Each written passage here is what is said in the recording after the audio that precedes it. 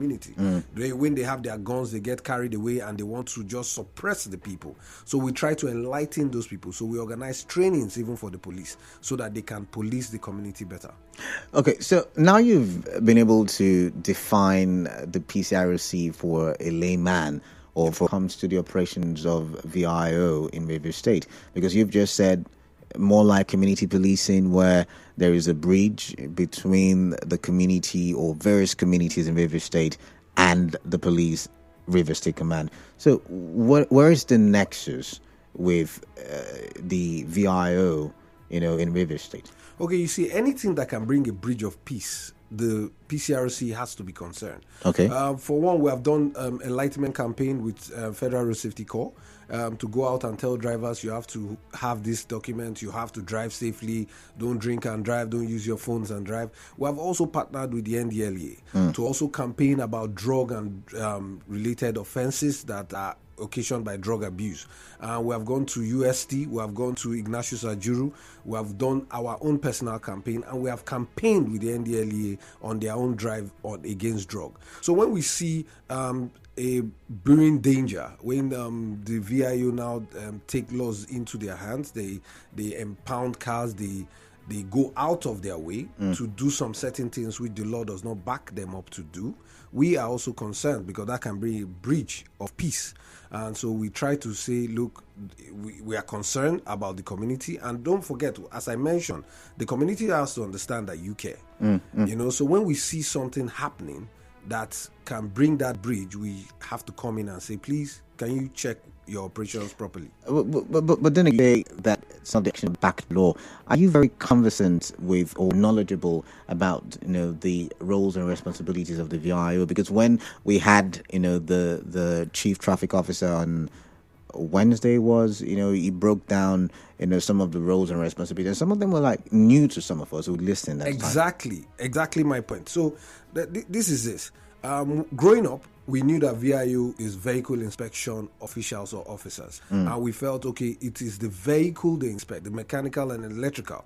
So we had that behind our mind that, okay, you look at the lights, look at all the wipers, look at this and that. The functionality of the car, basically. And the documentation that we got growing up was that, okay, you have to look at the roadworthiness paper. That's what concerns the VIO. Now, after hearing him 2 days ago, I had to go and do my research and do some study and ask some questions and go back and forth. And when I got to understand that VIO goes beyond that, and I said, okay, where's their limitations? And I knew that, okay, they can actually ask for some certain other documents. As he rightly said, because they are the state party in the driver's license production, they can ask for driver's license. But then again, in that relationship, you have the person that tests drivers, which is the VIO, and gives the pass and say, okay, this person can be awarded a driver's license. But the primary body that gives the driver's license is the road safety. And let's not forget, I don't know about every other person, but my driver's license, I've been processing it for more than a year now because there was an issue with the production of cards. Is it the capturing or? I've captured. Okay, you've captured. So the production, yeah. And now we know that there was an issue, but since the new corps commander took over, they have been trying to ensure that people get their cards. So there's the enforcement by discretion, which is only the person that produces the ID card that will know and tell the police, tell the VIO, there are so many people in short in that tripartite agreement. Even the DSS and the police, they're involved in driver's license production. Oh, interesting. Yes. So if you do the research, you'll be shocked.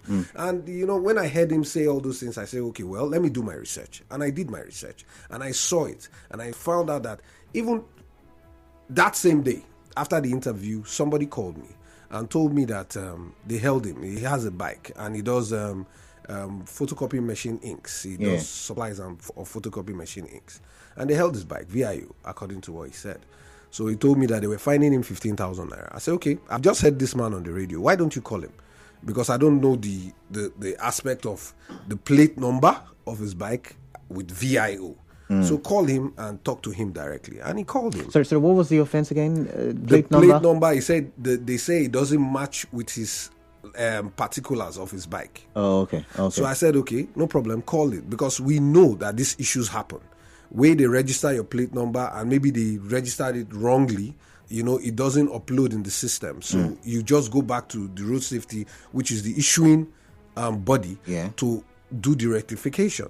And after he called him, the man still said, okay, no problem. Since it's the PCRC chairman that called you, no wahala, pay 10,000 instead of 15,000. So at the end it of was the more day, like a negotiation. Yes, at the end of the day, he was still charged a fine. That is not the responsibility of the VIO, according to the act that backed them up. But I got to know that, yes, they can actually check for some other things, because you have the state revenue, which is the state revenue body, and the VIO to help the state generate funds. Yeah, true. But now, when you talk about enforcement, you can see the police, the road safety, the NDLEA, the army, the navy, they go through rigorous training, because enforcement, you enforce two ways. Okay. One by the law and one by discretion. Okay. So, for instance, the army takes over a community. What do? They don't just go and burn down all the houses and do all that. They do, in some situations, enlightenment. Yes, but I'm not saying it's the right way, but let's say it as it is. In some situations, they do enlightenment. Okay. After the NSAS issue, army took over some police stations and they renovated. Oh, interesting. Yes, and they went to the community and they enlightened. They helped some market people go to market. They did, because that is how to integrate community trust in enforcement. For instance, like the police catches somebody that stole in the market, a one-time thief, and they call the person he stole from, they call the offender, and they talk to them.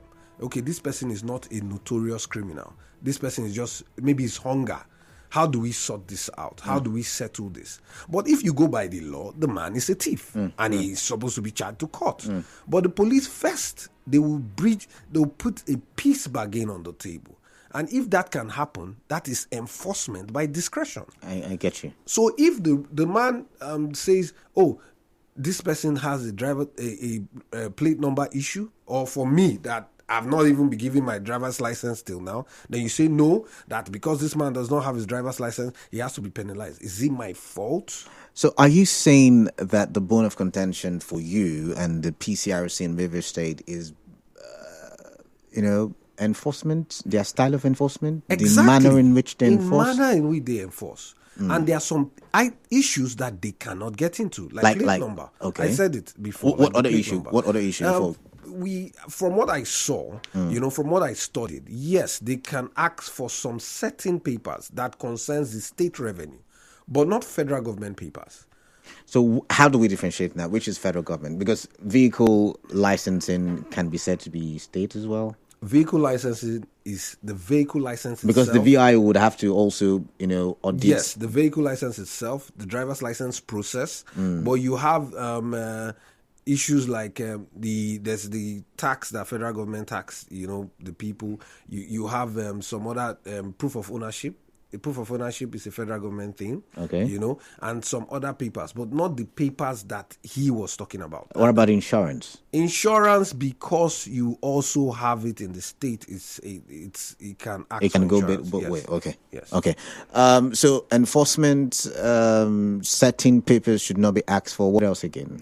Well, can they ask for the fire, what they call first aid, fire extinguisher? Okay, he said something about the first aid, fire extinguisher. I know people who have paid for first aid. That's exactly. He said something about that first aid, and I was shocked when he said it's just an appeal. It wasn't an appeal. One of the offenses, because he talked about me directly. One of the offenses. We'll get to you. Don't jump the gun. But I do have a commercial. We'll continue when I come back from the commercial, so you don't jump the gun. We'll get to you and the allegation made against you on the show on Wednesday. All right, back to you listening. Do stay tuned. I've got a commercial coming up next, and after that, more conversation with Voke Emore on the show. Good morning.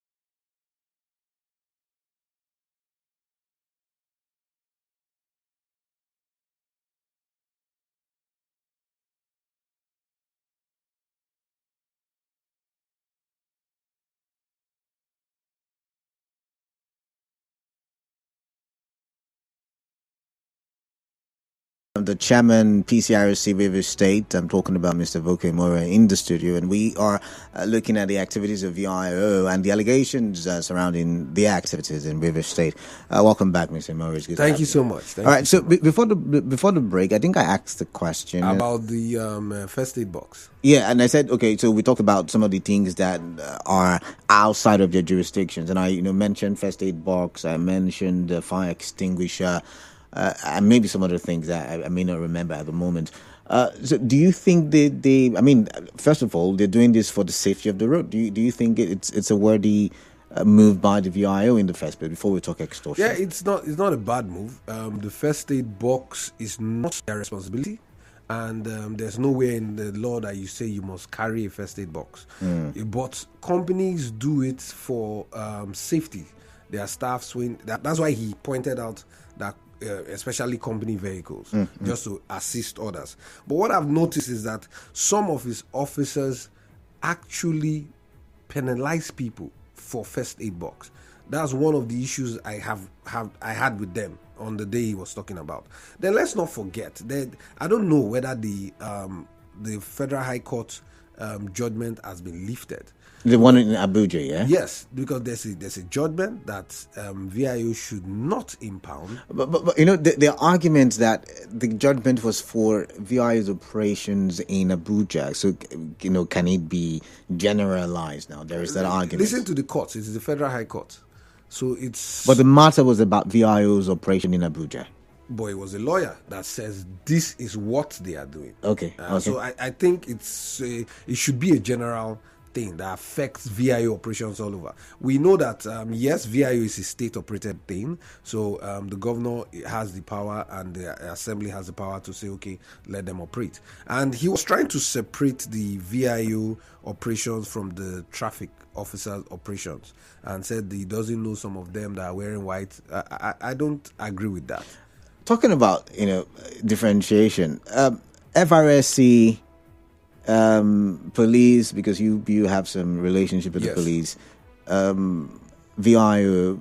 Do you see any synergy, from your observation? And given that your commission or committee works on synergy, do you think there is a way that you can help build, if there is none, a synergy between these tripartite agencies? Yes, we have been doing that for some time now. The police is, as he rightly said, a lot of agencies were taken out of the police. The VIO, the road safety, and the likes.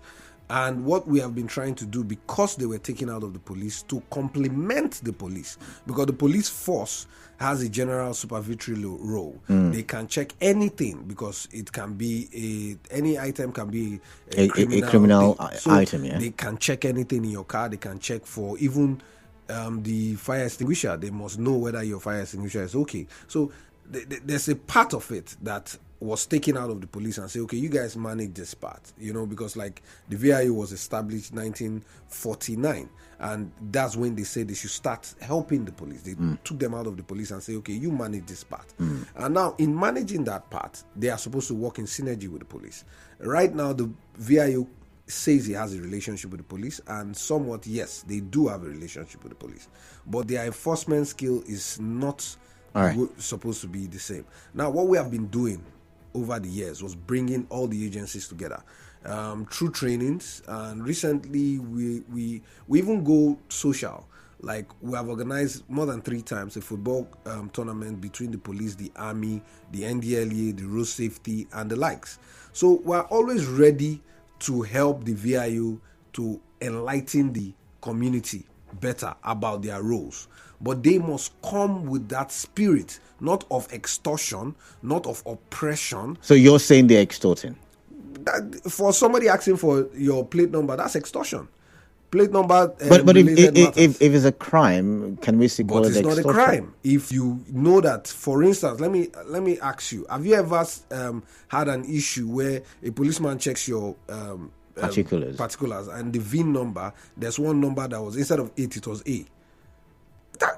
That's not a crime, because actually it was an error in. But you would have to prove it's an error. What if it's a stolen? Because sometimes a word or letter can be the change between two cars, the difference between two cars. Yes, but most of the time you will see that it was an error. And most of the time, when even people are apprehended, they tell you, okay, this is where I did it, and this is who the officer that was involved, and they say, oh, sorry, go and swear on a affidavit, get a police extract and attach to your papers till you want to renew again. You know, some cars came and their VIN number, their engine numbers were hidden. Yeah. Like so now Toyota sometimes cars, the registration people put nil. And that becomes a crime. The police say no, there's no car that doesn't have engine number. So you see, these are the issues. These little things happen. All we need to do is enlighten people. Okay, tinted permits. Do they have the? No, VIO has no right in tinted permit. It has nothing to do with tinted permit. Tinted permit is the police are the ones to enforce that. That's why the IG can remove or approve tinted permit. Now let's get to the allegations against your person and your office. We have been told that you abused your office. Yes, you know, nepotism and all of that. So how do you? Well, first of all, it wasn't my auntie's car. It was my own car. And the claim that he said that I called him for my auntie and I talked about insurance. Yeah, I didn't know at the time that VIO had the responsibility of insurance, but that was not even the issue. The insurance I do for all my cars are comprehensive insurance with Axmansard. So in my comprehensive insurance, it takes a process. You know, they have to come and inspect the vehicle where it is at the moment so that they can value it. This insurance expired just 2 weeks. You have to value it. You have to know the worth of the vehicle so that you can give it another comprehensive insurance. But he said the grace period that VIO will give is 7 days. So if your license, your particulars, your insurance expires, what they give you is 7 days? That from him, from VIO. Because but what does the law, when in your interactions with the police? Police, as I said, enforcement by discretion. The police gives you a month. Oh, okay. And says, okay, take a month and get your papers renewed. Okay. But that doesn't mean they cannot, enforce if you break the law. Yeah. And they try to tell you, make sure you take your time to check. But let me ask you, at this time in Nigeria, with all the pressure, how many people actually know when their papers expire? And even when their papers expire, people can renew some and say, okay, give me just a week so that I can renew. So if you look at my papers and you saw that I have a comprehensive insurance paper, and that is the only document that you saw that has been expired within a week or 2 weeks, then you say I must be impounded. I must pay for the fine. How much was the fine? They actually fined 15,000 naira. Okay. I won't say for insurance. Yes, that's what they fined.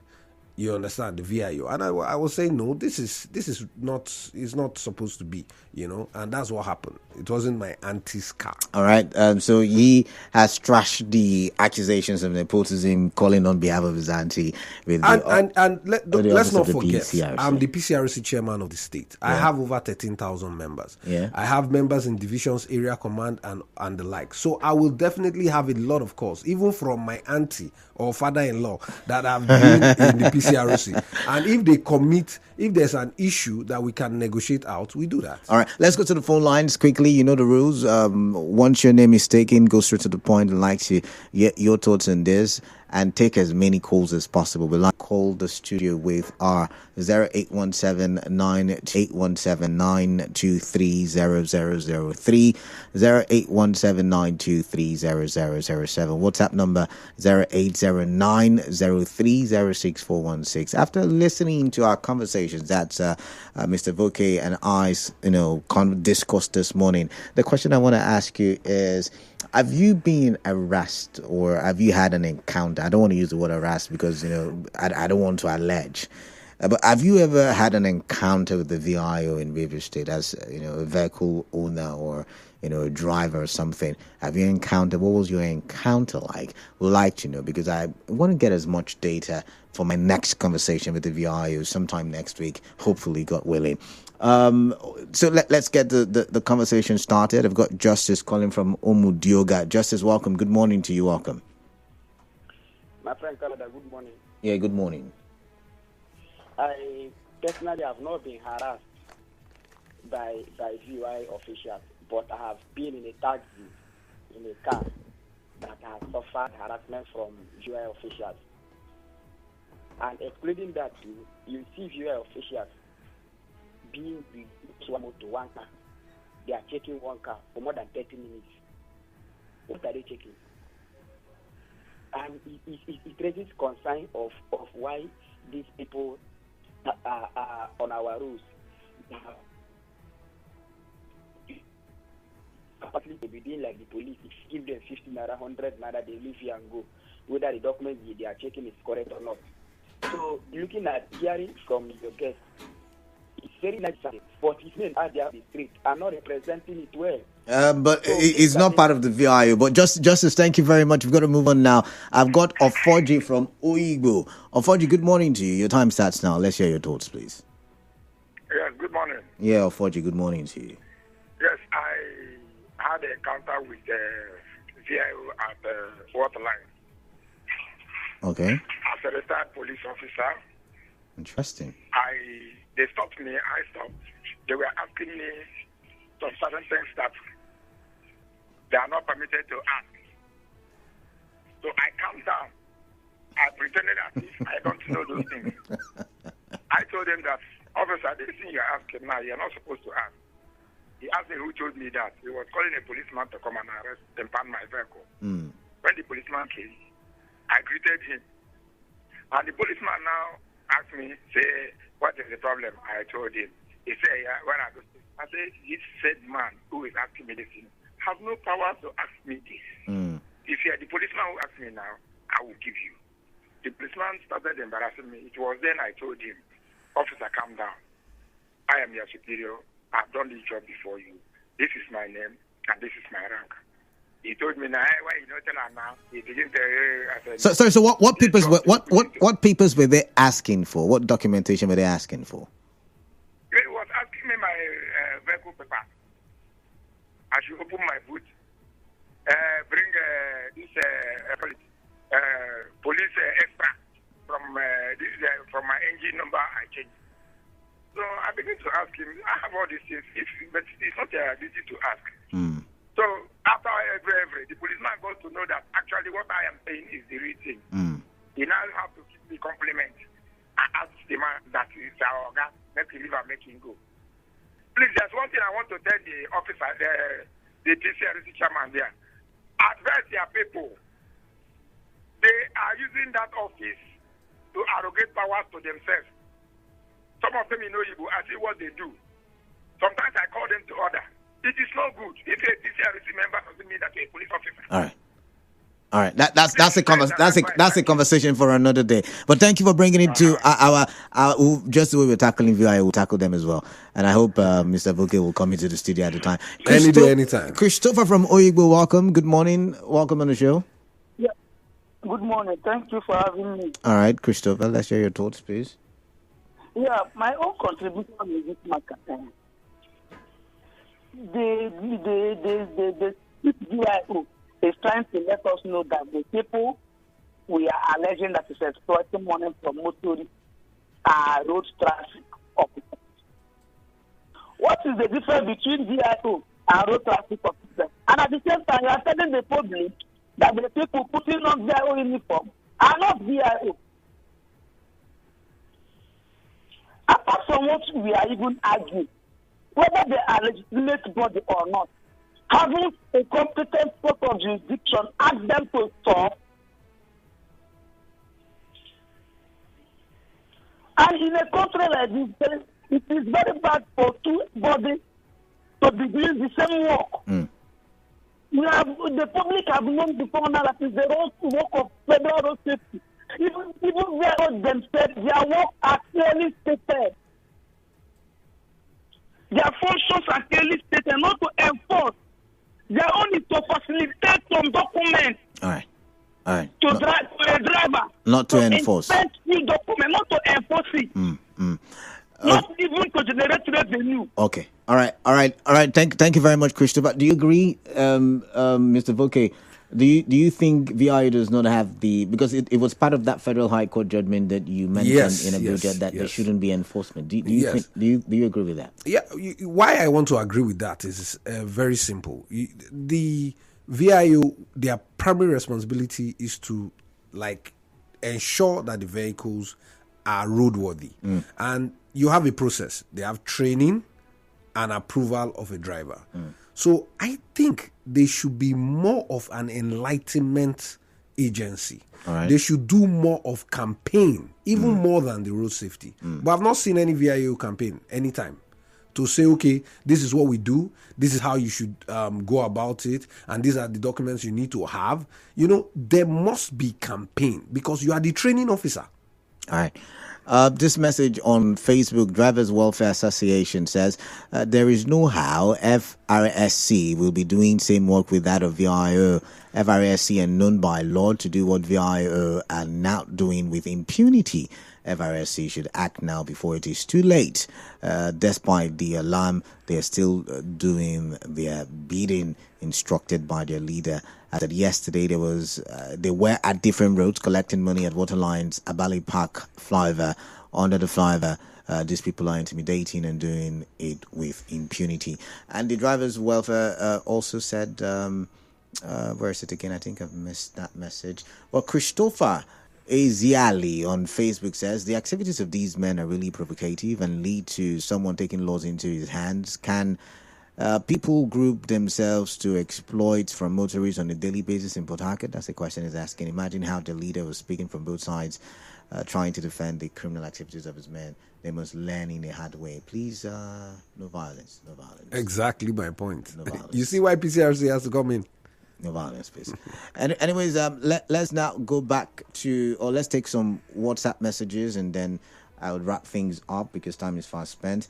But this one says, yes, I had an encounter with VIO at Waterlines and JRA entering via GT Bank. These guys are very notorious and act crazy with no decorum. They demanded for all my car papers. I know VIO, where it checked the car gadgets like the triangle, jack, brake light, etc. Those ones, were or are well informed. The ones, and well trained. In Port Harcourt don't even know what their work is. They are not trained. Okay, all right, allegations upon allegations. This says, I have been stopped by the VIO on 2 occasions, and they asked for my papers, and when they saw it was complete, they tested to see the vehicle was in good shape. Then went ahead to ask for jack, wheel spanner, triangle, first aid box. I hope you had all of that. But let's come here. This one says, greetings, both FRSC and VI are working the same work. You hardly differentiate their responsibility, and that's from Tangat Ability at Regbu. I do not have much time. I do have a commercial coming up in a bit, so I'm going to come back to you, Mr. Voke Emore. Do you think that people also have a role in all of this? Because sometimes agencies of government only exploit a loophole. They're not, the originators of the illegalities, but only exploiting the loophole. And it is because a lot of vehicles don't have the right papers, don't have the right licenses to be on the road. So do you think that's also a major problem? Yeah, it is. That's why I talked about enlightenment. You have to enlighten the people. The VIO commander talked about 80% of commercial drivers not having papers. Okay. I agree with him, but that's a failure on his part. If you have not enlightened drivers enough, and we still have 80% not having papers, and we don't see that enforcement on those guys, because you still see the buses, you still see the commercial vehicles moving daily. You don't see VIO officials going to them. So why are they going to only private cars? Oh. Are these people Are they only targeted? going to private cars? That's what we see on most cases. All right. You want to say something? Go ahead. Yeah, so I believe that we should have an enlightenment campaign. The VIO should use different agencies to come together. We are ready to partner with them for enlightenment, and we'll support them any way we can. But you must enlighten people of the issues that you are going to be enforcing, so that we can start getting our economy or community to actually respect the law, and government at the same time will not lose revenue. All right, thank you very much, Mr. Thank you very Voke much. Emore, for coming in. And by the way, you just listened to the chairman, PCRC. That's the Police Community Relations Committee. Yes. Too many community committee. Right. You guys are rhyming. But thank you very much. I've got to Thank go. you so much. Commercials up next, but you keep listening to 92.3 Nigeria Info. At the top of the hour will be World News, I beg your pardon. Then Jude comes in with Hello Port Harcourt. Stay tuned.